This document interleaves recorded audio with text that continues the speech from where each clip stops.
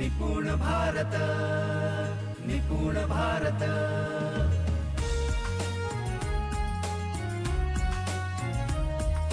Nipun Bharat. But actually, what is happening in our classrooms? Actually, it is not happening in our classrooms. The truth is, I do not have the belief that children can learn on their own, and I am unable to pass this belief on to children in proper proportion. Many teachers who are working with Ved and are working with futuristic education have gone through all these situations. Previously, they felt that children learning on their own was not true, but now they have seen it happens. They have seen that the children in their classrooms are learning on their own.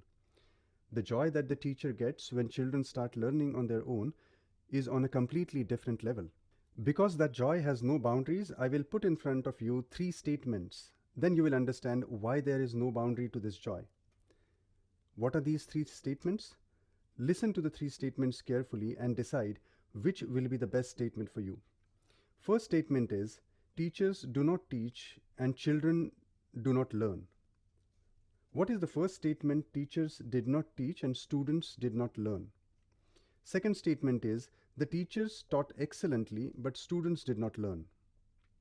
The third statement is, teachers taught excellently and the students also learnt well. And the fourth statement is, the teachers did not teach but the students learnt very well. Let me repeat all the 4 statements again. Initially I said 3 statements, but now I am adding the 4th to it. What was the first statement? Teachers did not teach the children and children did not learn. There is no problem in the statement. The children did not learn and the teachers did not teach at all. Second statement is that teachers taught the children excellently, but the children did not learn. The third statement is the teachers did not teach the children excellently and the children learnt. Fourth statement is the teachers did not teach, but the students learnt excellently. If you think about these 4 statements, the best are the most pleasurable out of them is the teachers did not teach the students, but the students learned properly. If this is so, then we have to think about this. Is the 4th statement happening with us or in our schools? I feel the 4th statement is not happening with us. In our system, one of the grades is saying students are not learning because teachers are not teaching. So they are still on the first statement level. Some of the sectors are feeling that the teachers are teaching excellently, but the students are not being able to learn. Third statement is happening when teachers shouldn't teach well, but students are also learning well. In this third statement, how many teachers do we feel are really up to the mark? And if they are really working hard, show that the students are able to learn, then how many teachers are ready to put in that work like them? The answer to this question is no. Sometimes we talk about the exceptions so much, but these exceptions cannot be universalized. Some of our teachers are in the school for 365 days. I have no problem with them running the school for 365 days, but the point is only some of the teachers running the school for 365 days. Not all the teachers go to the school or run the school for 365 days. How many teachers are ready to be available in school for the entire 365 days? Not everyone, right? So why to create a hype on this matter? Why should the system hype this?